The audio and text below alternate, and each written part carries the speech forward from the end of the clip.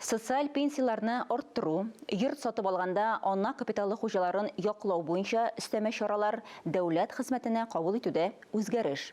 Апрель айында бу һәм башка федераль законнар үз көченә керде.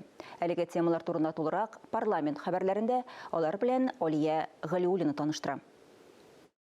Парламентның эш тәҗрибәсе Түбән Новгород өлкәсендәге хезмәттәшләре өчен кызыклы булды.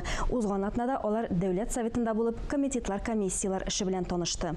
Түбән Новгород өлкәсе делегациясе эш сәфәренең төп максаты түләүсез юридик ярдәм оештыру буенча Татарстан тәҗрибәсен өйрәнү, шулай ук территорияларны комплекслы үстерү, шәһәр төзелеше эшчәнлеге һәм мәгълүмат технологиялары өлкәсендә программаларны һәм проектларны гамәлгә ашыру буенча Татарстан тәҗрибәсен өйрәнү.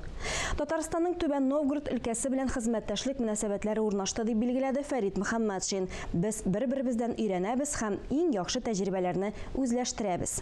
Татарстан Россиянең 9 субъекты белән беррәттән бердәм дәүләт хокукый белем бирү порталына тоташтыру һәм гражданнарга түләүсез юридик ярдәм күрсәтү буенча сынау төбәкләре арасына керде. Татарстанның заманча эшләнмәләре бар, моның белән республика уртаклашырга әзер. Как мы системно это дело построили, что там удалось сделать, если вам что-то это понравится, поможет, я вам это дело передам. Но дело важное и нужное. Это смычка депутата и избирателя, смычка власти и населения. Для этого же это делается. Түбән Новгород парламенты вице-спикеры Денис Бакиев билгеләп үткәнчә, Татарстанда икътисади өлкәдә дә IT технологияларын да кертеп, закон чыгару өлкәсендә өйрәнерлек тәҗрибәләр күп. Как увидели и смотрим, как реализована, очень хорошая практика, в том числе связана с IT-технологией по оказанию бесплатной юридической помощи. И договорились провести еще одну рабочую встречу, и представители Татарстана приедут в Нижегородскую область, скажем так, по обмену опытом. Эш сәфәре вакытында Түбән Новгород өлкәсе делегациясе әгъзалары шулай ук Татарстанның инвестиция үсеше агентлыгында, Бәшир Рамиев исемендәге IT-паркта адымнар белем һәм татулыкка юл күп телле белем бирү комплексында булды. Икътисадның күп тармакларының эше предприятиеләрнең энергия нәтиҗәлелегенә бәйле. Бу хакта Фәрит Мөхәммәтшин энергия ресурсларының нәтиҗәлелеге дәүләт программасын гамәлгә ашыру мәсьәләләре буенча республика хөкүмәте утырышында белдерде.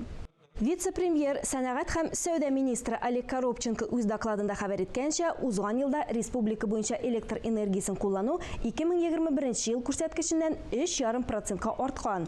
Бүленгән генерация объектларын исәпкә алып, электр энергиясы җитештерү 1 ел эчендә 4,7% арткан һәм 28 миллиард киловатт тәшкил итә.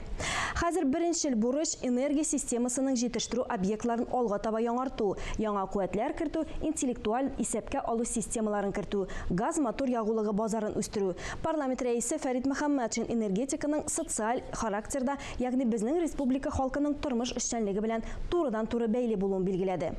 Россия һәм Беларусь халыклары бердәмлеге көне уңаеннан төп тантана Татарстан халыклары дуслыгы йортында узды.